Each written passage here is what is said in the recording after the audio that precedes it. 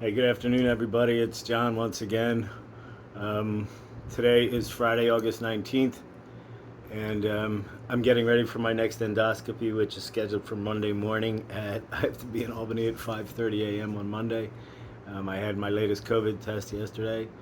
So keep your fingers crossed, say your prayers, whatever. Give me a little shout out that this one comes back with no cancer or anything once again.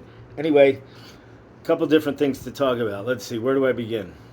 Um, Try to do this as quickly as possible so that I don't make this into like another 20-minute video. I'm going to limit any of these videos to 10 minutes. Hopefully, I can do it in less than that. Look, let's discuss a couple things.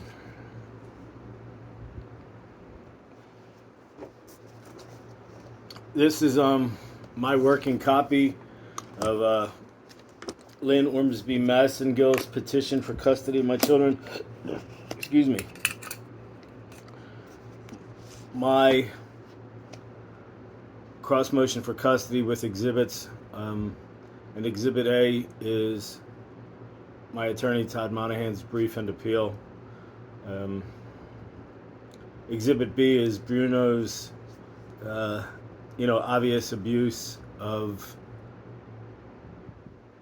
anything that's represents anything legal. He has done so much damage to me and my children, it's incomprehensible at this time for me to contemplate the work that we're going to have to do to rebuild my family.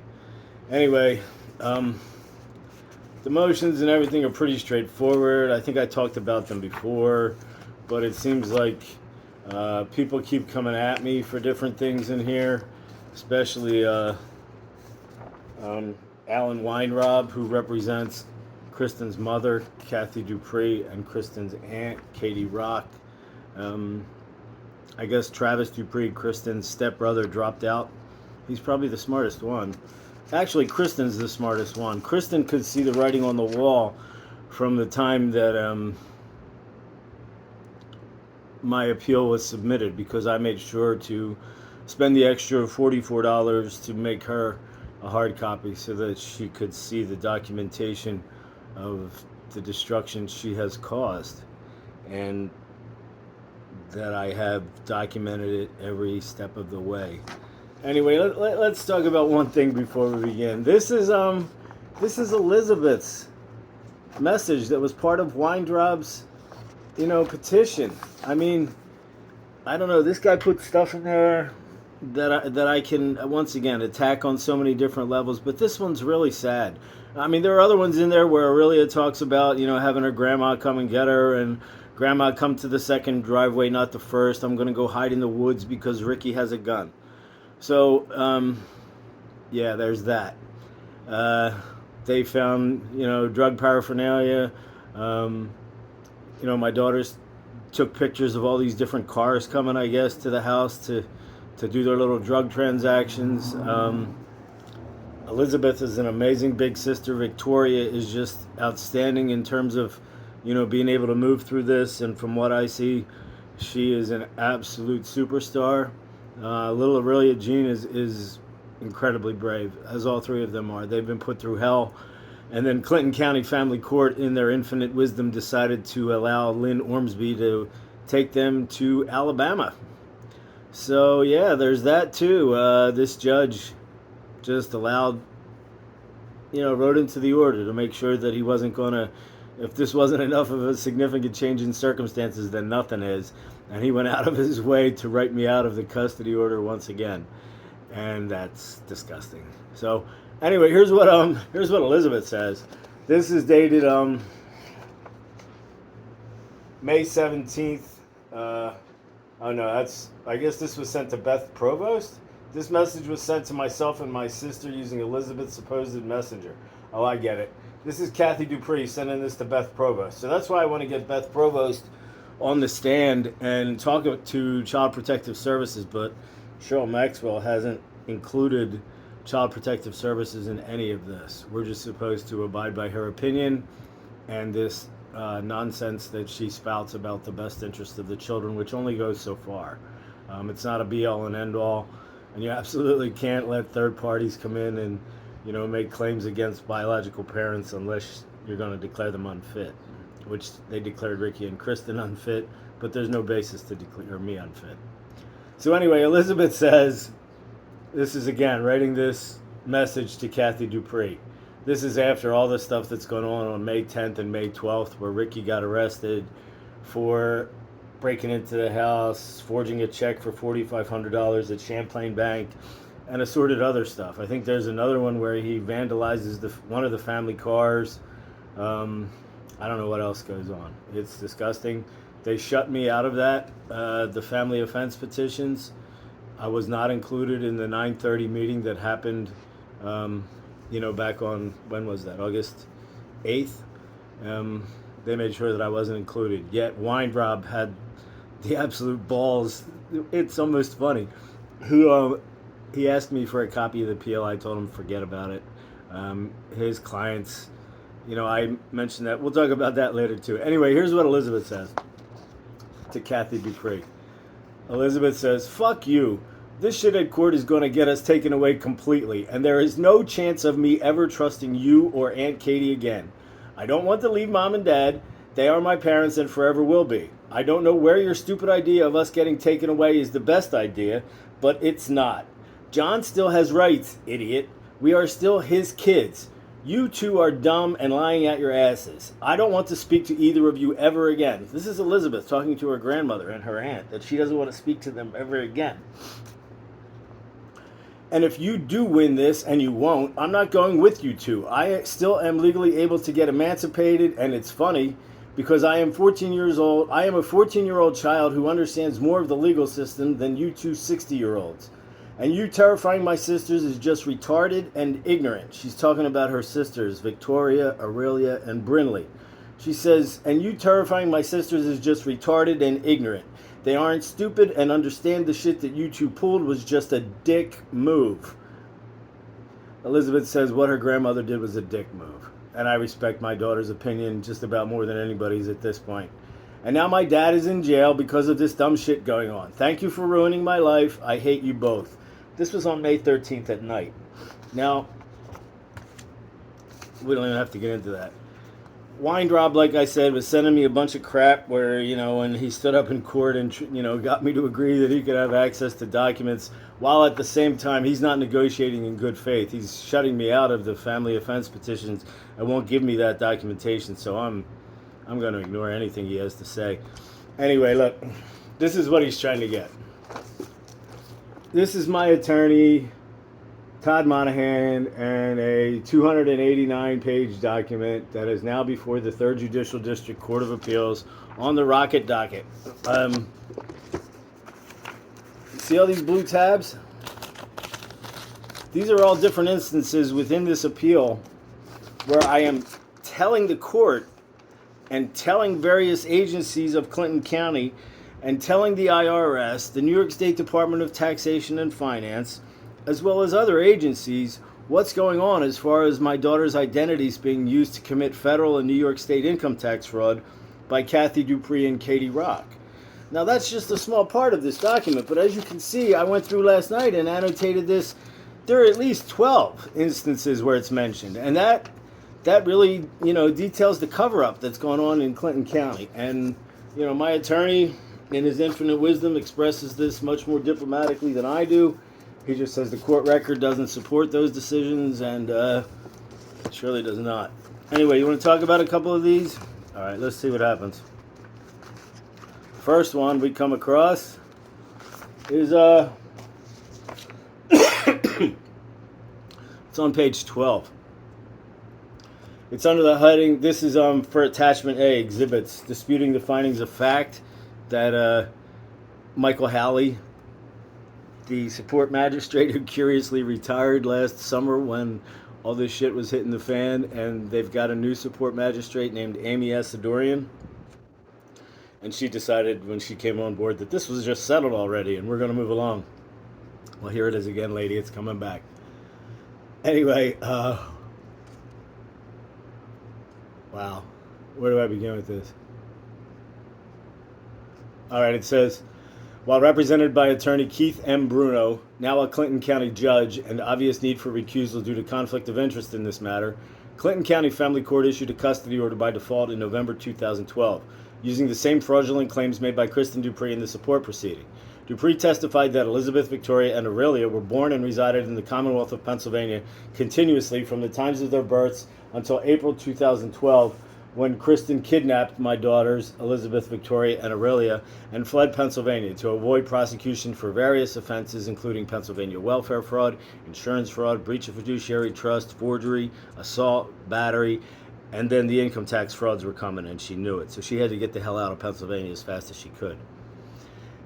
Anyway, what's in here, along with where you see that, I've discussed this again and again. There's my daughter's identities, that I provided to the court, and they never took any action, regarding this. So you can see that the cover-up continues, which was what was agreed to originally by Kristen Dupree, Timothy Lawless, and Keith Bruno back in 2012 as part of that original conspiracy against me. So, Attachment A says, on August 22nd, 2012, Support Magistrate Michael Halley issued an order of support by default based on the findings of fact in the associated sworn testimony of Kristen Dupree while establishing the validity of Dupree's claims for child support based on paternity and residency established in the home state of Pennsylvania. However, from 2008 until 2013, Dupree committed federal and New York State income tax fraud by claiming that Elizabeth Maiden, Victoria Maiden, and Aurelia Maiden never lived in Pennsylvania, and that they lived in New York State and were dependents either of Katie Rock or Kathy Dupree, depending on whom Kristen could make more money with at the time. Now, this was identified to me first, believe it or not, by the Pennsylvania Board of Probation and Parole, when they tried to tell me that my daughters didn't live in Pennsylvania and that they lived in New York State, according to tax records and, other stuff that God knows what the parole board or the people in parole have access to. But they were the first ones to come to me and identify the tax frauds. So that's in there. That's the first time. Now there's just so much. Let's see. Here's the second one.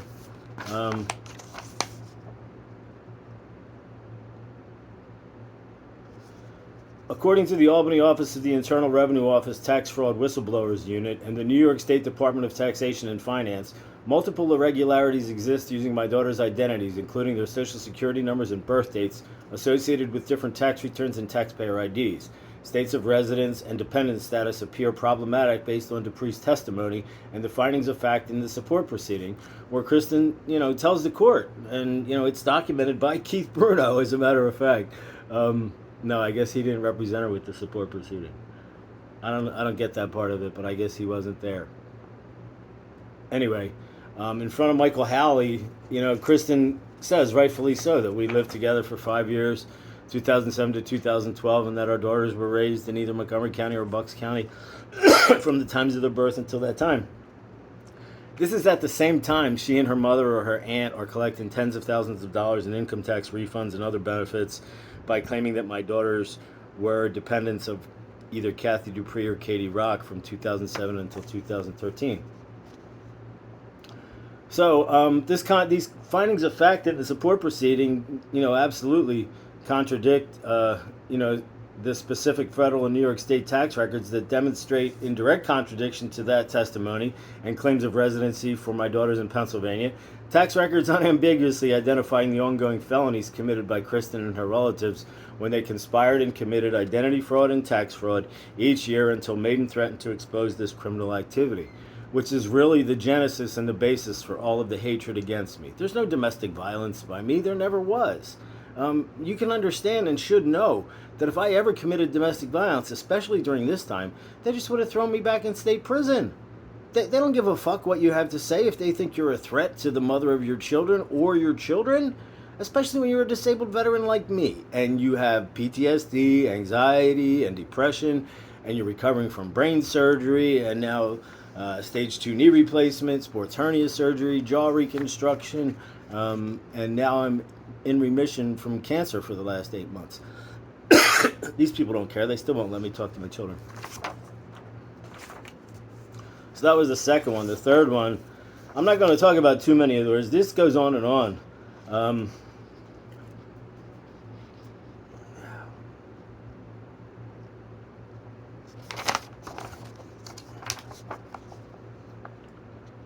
Okay, direct conflict with Dupree's sworn testimony known by the court.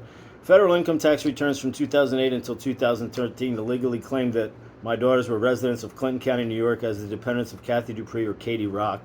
This contradicts the direct testimony of Kristen Dupree and the findings of fact based on that testimony with Kristen and my daughters from 2007 until 2012. That information was in front of Support Magistrate Michael Halley. In direct contradiction of the reality in my life with Kristen, and what you see in her sworn testimony in support court is an affront to the very rule of law in Clinton County, New York. While using the court to satisfy her malicious attacks on John Maiden and to alienate him from his children with false claims of domestic violence, this is the willful conduct of a predator, like Kristen Dupree, and her felonious, heinous, truly objectionable behavior. That's number 3. These go on and on. I mean, they're all different instances. Here's a contemporaneous record as to when I was calling the different agencies. New York State records contradict Halling's findings of fact that I talked to the New York State Department of Taxation and Finance. I submitted all of this by fax to the IRS Tax Whistleblowers Unit. I originally filed this back in 2012 at the IRS office in King of Prussia, Pennsylvania. So that's all contemporaneously recorded here. Again, ignored by Clinton County. That's number 4. Number 5, here's me identifying all of these ongoing frauds and other objectionable behavior and felonies committed by Kristen to the Clinton County District Attorney's action and Andrew Wiley. They took no action either to protect my children. Although all of this stuff was identified, the domestic violence, the threats, the assaults against me by Kristen, identified that to the district attorney. He took no action either. Probably at the direction of Lawless, I would believe. Anyway, that was number 5. Number 6.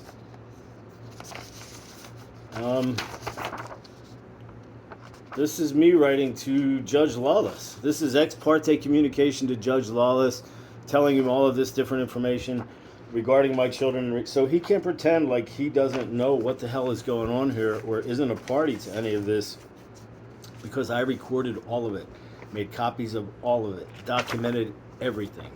And it's all here in a nice, easy format created by my attorney, Todd Monahan. Number 7.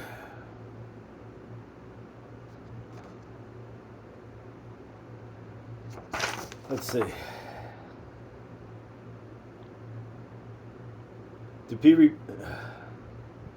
I acknowledge paternity of Elizabeth, Victoria, and Aurelia.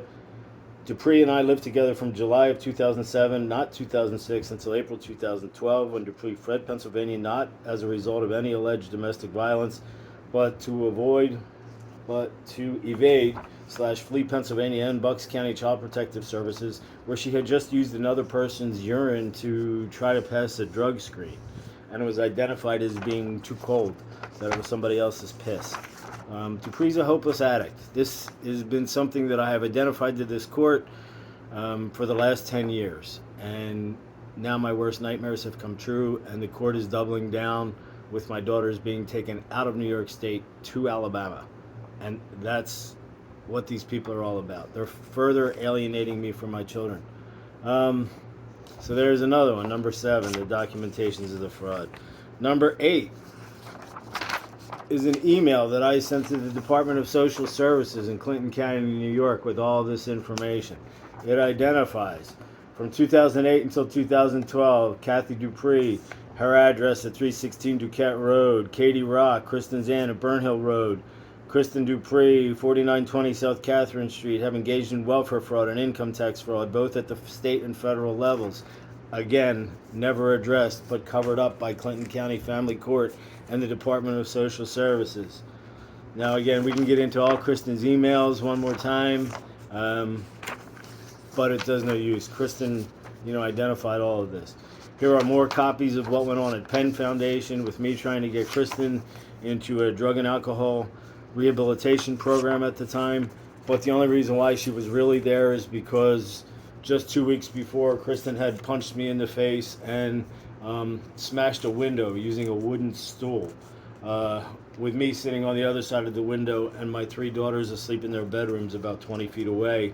She was standing outside with a drug dealer, you know, telling me to come outside so that she and her drug dealer boyfriend could kill me, or at least beat the shit out of me and, you know, get money from me so that Kristen could continue, you know, doing cocaine with her drug dealer. Anyway, number 9. Man, what do I say?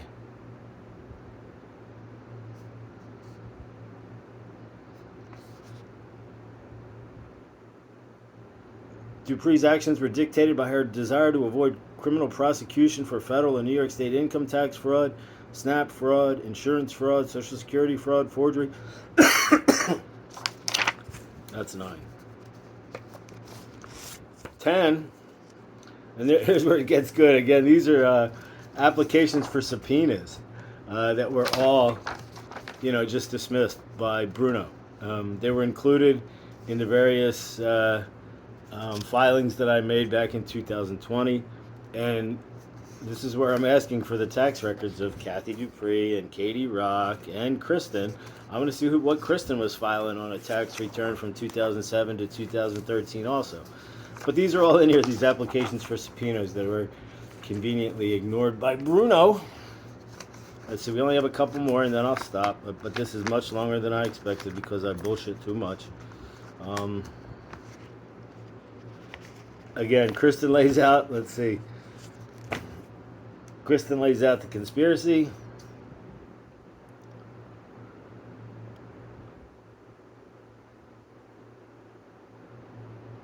When she says actually for the day of the custody order, Kristen didn't even show up to court. The whole reason all of that went on was because Kristen said that I was filing for custody in Doylestown, Bucks County, Pennsylvania. So she cross-filed. And she knew that the only way she wasn't going to get dragged back to Pennsylvania if these people did things properly were to make allegations of domestic violence that were completely coached and completely, suggested by Bruno and Lawless, as Kristen identifies in the email to me, which, again, this was when Kristen still had a semblance of a conscience, and she's asking me to come to New York and get her out of there. And she can't go further than that because she's already told too many lies. And now here we are 10 years later, and the lies have expanded tenfold. And I documented that too. Here's a little tab called Lies. We're not going to get into that, okay? Like I said, this just goes on and on. Here's the stuff from the transcripts, that Maxwell has to say. They're obviously false, where she claims that Bruno only represented Kristen like in 2012 in the early stages of anything, which we know is absolutely false. Crookshank basically says the same thing and argues that there's not enough change in circumstances for me to get to talk to my children even on the telephone. But the stuff that they say is absolutely contradicted by the information that I provided to the court regarding Keith Bruno's involvement with seeking damaging and I guess false evidence, if he could get it, against me regarding child abuse and domestic violence. When that failed and he didn't get the results that he anticipated or wanted, he has just continued to drill this again and again and use it against me. First, Lawless did it when I first came up to New York in 2017 in Clinton County Family Court and in Integrated Domestic Violence Court. There were all these bogus claims made against me. And when I signed that originally custody and visitation order in June of 2017, remember, like I said, I had just been through brain surgery, reconstructive jaw surgery, a stage 2 knee replacement, sports hernia surgery in 2016. So when I moved up here 13 months after brain surgery, I was still recovering from all that. And I was absolutely thrilled that I was going to get to see my little girls once a week because I had so many other things going on. I was still in recovery, physically, mentally, any other way that you can imagine from what was going on and from all of the trauma to my brain and my body during 2016. So, there's all different, ways. This disqualification that Maxwell talks about in this appears to harbor a personal bias or prejudice against the party. She documents it for me. And I mean, thank you very much. I don't have to refer to anything else because you did it already, Miss Maxwell. You said that it was a result of an extrajudicial source, and man, this is just unbelievable. But now I sincerely doubt that you can repeat this in open court again. And what we're going to do is, when you see that scheduling order with 20 different docket numbers on it, you know what's coming. I mean, I never let anything go by without responding in writing, and that's why there are so many different docket numbers, because I'm involved in all of it, except what they choose to hide from me about my children. So yeah, that's a brief discussion about tax fraud and various times that I communicated with the various agencies of Clinton County at all different levels, only to be ignored. And we're talking by petitions and motions and every other filing that you can make in family court. I've done it. Sometimes from a hospital bed, sometimes after brain surgery, only to be ignored and denied any type of contact with my children, even by Lawless. In 2016, when I was laying in a hospital bed at the Coatesville VA Medical Center, and my social worker was helping me to, get the phone call connected and everything, so that I could ask Lawless for some type of telephone communication, and he denied me that type of communication even back then, which is disgusting. There's no basis for it. There never was. He knows it. They know it. It's about to all come to a head. Let's see. That's enough for now. I don't know what else to say. There's so much damning information that I have included over again and again to the court. And again, as my attorney says, the court record does not support the decisions to dismiss. That's a nice way of saying that the judge is full of shit, as I told him directly in court, and that he is a liar, and that his buddy down the hall, Lawless, is a liar too, and that they've done this to a 100% service-connected disabled veteran of the United States Air Force, and I'm calling them out on it for damn sure. So what was going to happen out of this? The next thing is scheduled for September 30th. Hopefully the decision will be made by the 3rd Judicial District, maybe sometime in September. I don't know if that's even possible, but that is my hope. If it's not, I'm prepared to go to court and repeat this same process over again, where I can reload all of the horse shit that has transpired in the last year, and especially since May, when these extraordinary circumstances occurred where Kristen and Ricky were involved in domestic violence and drug activity and what else? Neglect of my daughters. I mean, it's all there. So there's really not much wiggle room left for these people, and they decided to flee New York and go to Alabama. So I'm pretty damn sure that Kristen and Ricky are in Alabama, that my daughters are in Alabama. That's where Lynn Ormsby and her husband, Johnny Massengill, live, in Alabama. And New York State is doubling down that that's okay. Maybe I'll go to the FBI next week. Maybe I'll just be patient and see how this plays out at the 3rd Judicial District in Albany. Anyway, I went way over time. I'm going to have to try to discuss a different document next time. Now, this is the original petition from 2014, when I came up here in January 2014. And Lawless threw me in jail then. That started his campaign against me, and it's all documented. So we're going to talk about Lawless and what he did early on with creating jeopardy for me, legal jeopardy, that would and had prevented me from coming to New York. So I've bullshitted now for almost 30 minutes. I don't know. Life goes on. I'm about to file a notice of claim, the civil suit. I just haven't decided whether I should do the initial part myself or whether I should, go spend however much I need to spend with an attorney to do this. It might be easier at this point to just get an attorney. But we're talking about millions of dollars for my daughters. We're talking about millions of dollars in damages for me. According to the 14th Amendment, according to the Americans with Disabilities Act, there is all this case law Troxel and Glucksberg and that prevent third parties from getting involved. Anyway, we're coming up on 30 minutes, so thank you for your attention if you bothered to listen this long. And please pray for my daughters, Elizabeth, Victoria, and Aurelia, and their little sister, Brinley, because the deck is stacked against them with people like Lynn Ormsby, who are just, grabbing for money and taking advantage of the situation. She came up here in May, pro se, and walked away with the custody of 4 girls. And that's all the doing of Cheryl Maxwell and Keith Bruno. Cheryl Maxwell, refers to Lynn Ormsby as her client, just like she used to refer to Kristen as her client until the shit went wrong, and, then Maxwell turned on her. Anyway, have a great weekend.